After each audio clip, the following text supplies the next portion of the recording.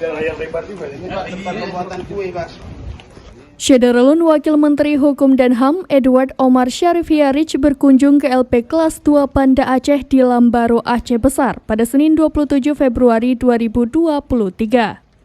Dalam kunjungan kerja ke Aceh, Wamenkumham disambut oleh Kalapas Kelas 2A Banda Aceh Said Mahdar dan sejumlah personil di lapas tersebut.